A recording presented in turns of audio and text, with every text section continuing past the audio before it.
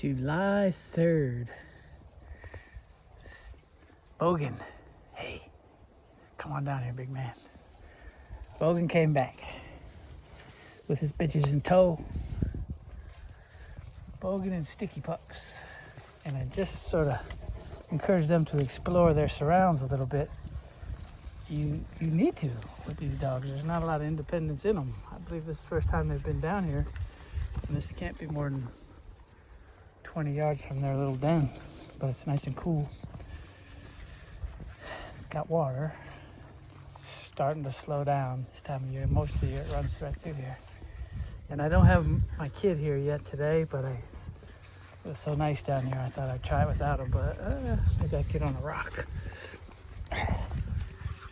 They're pretty easy to get away from still, but they're starting to be interested. Hello there, big fella. I'm thinking that's the biggest dark male, maybe the biggest pup, period. This guy's neck and neck. Mr. Crazy Color on size. I need to go check my comments section that are automatically held and see if anyone educated me as to what we call that. Maybe that is a reverse brindle. This is one, the silver blue, that's the male. They're mostly down here. Oh yeah, there's the female. They're figuring out the rock. And watch me betray them. And you're all up there. No, I'm not. Yeah. What's that? That's a big female there. I think I just saved her. That's how this started. She was kind of lost up in the waterfall area and squealing. They got my attention. I came over here. I thought, really encourage them to explore a little bit. I think they'll spend a lot of time down here. God, I should probably be thinking more about cinematography. Okay, slow pan. Bogan! Good boy. Where's Sticky? Sticky! Anyway, this is why I like this pan. It's got quite a... There she is. There's like a full-on pond down there, and I don't know how full it'll be right now, but a lot of the year they can kind of swim. So can your kids if they're not careful. So these guys, well, they'll be 8 weeks on the 17th, 18th, that weekend, so they're coming up on 6 weeks now. They've gained a lot of weight. I've been so busy, I just been, all I've had time to do is fill a dispenser, really. So they're eating all they want. Yeah, I love this spot. We don't typically get hot here, but last weekend we broke all kinds of records, like all-time records. So it's nice to have some shade and a place to cool off.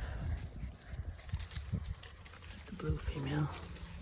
A lot of nice puppies. I'm gonna have a hell of a time deciding. I'll probably keep a male and a female, but it's gonna be tough.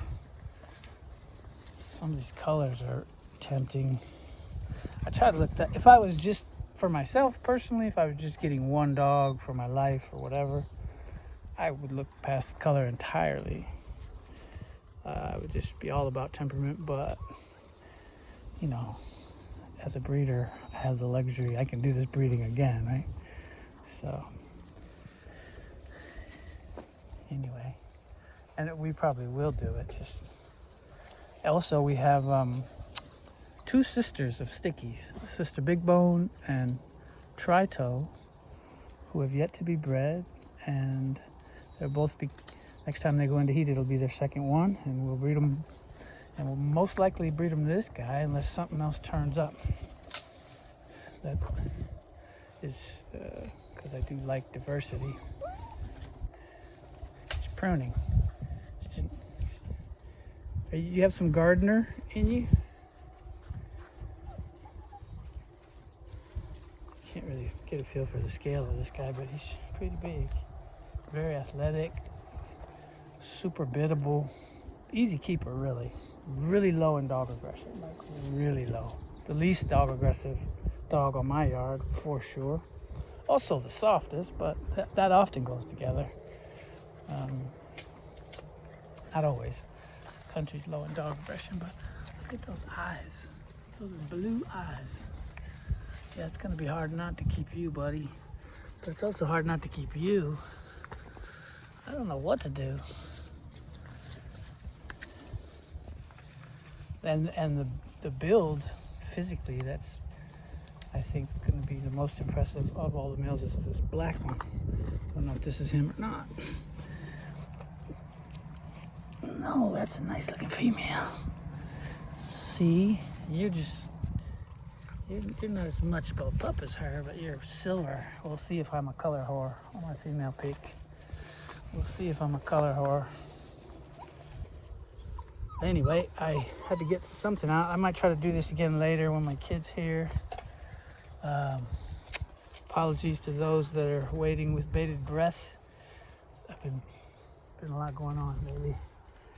And if you stumbled here from cyberspace, these videos are just basically for my customers or people that follow the program. If you're curious about what we do, the short story is we intentionally cross working mastiffs for health and function to suit. These are very low independence. We have a lot of livestock guardian crosses which are independent, right? In Kangal is the independence factor.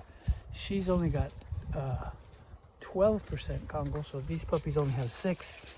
Nothing in him is independent. He's got Neo and a bunch of things, but none of it's independent in the least. So this is about as mastiffy a mix as we can do. If you're like a yes man dog and you're into obedience and a dog that waits with bated breath on its next pat of the head and all that, then this is a good litter. And we've got 2 other litters on the way out of Bogan with lesser degrees of well, let's say greater degrees of independence as well. So that's enough for now, talking off the cuff. www.olympicdogs.net for more information. There's the silver duo. Now let's watch that play out. Now see, now they're looking more brown. We'll see how silver they end up. Like Bogan isn't really black anymore. He's sort of reddish, dark. He's got like an undertone. I think they all have that. I should probably talk to somebody that knows their coat genetics. I didn't really give a shit about coat as a general rule. It's pretty far down my list of qualities that are important. But I probably should educate myself a little better so I can speak proficiently to what's going on in front of our eyes. All right, enough rambling. www.olympicdogs.net for the website proper for more information, contact information, blah, blah, blah.